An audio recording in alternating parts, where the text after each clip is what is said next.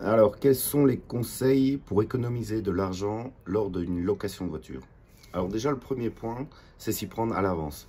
Si vous louez un véhicule à la dernière minute, les tarifs pourraient augmenter parce que ce serait le seul véhicule qui reste disponible. Donc ça, c'est vraiment anticiper, c'est le maître mot. Deuxième point, c'est les frais de retard. Alors, il y a beaucoup de personnes qui sont étonnées par les frais de retard. Mais ce qui se passe, c'est que s'il y a une personne après vous qui a loué le véhicule et que vous le gardez, bon, 30 minutes, ça va, mais j'ai déjà eu des 3 heures, des 4 heures, des 5 heures, voire des 24 heures en plus, sans payer, d'autant plus. En fait, ça met l'autre personne dans l'embarras. Ce que vous pouvez comprendre, j'imagine. Et si ça vous arrivait à vous, ça serait très très problématique. Donc j'essaye toujours de switcher et garder un véhicule de remplacement. Mais dans certains cas, ce n'est pas possible.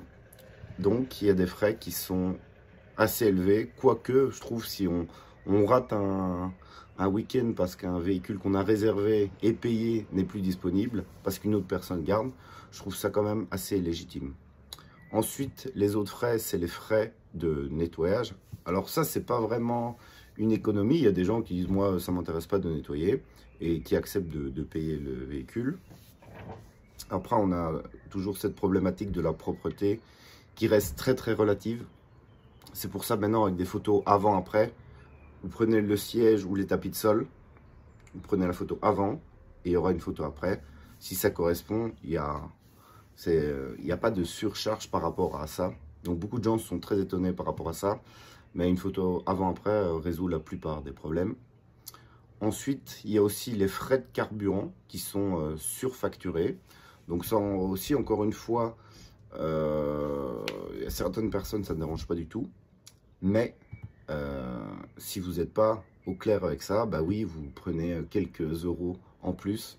Alors encore une fois, ça paraît pas énorme, mais il y a toujours des gens qui sont étonnés en disant ils ont pris la voiture, ils la ramènent sur la réserve et ils disent tiens, on m'a surfacturé par rapport au prix de l'essence.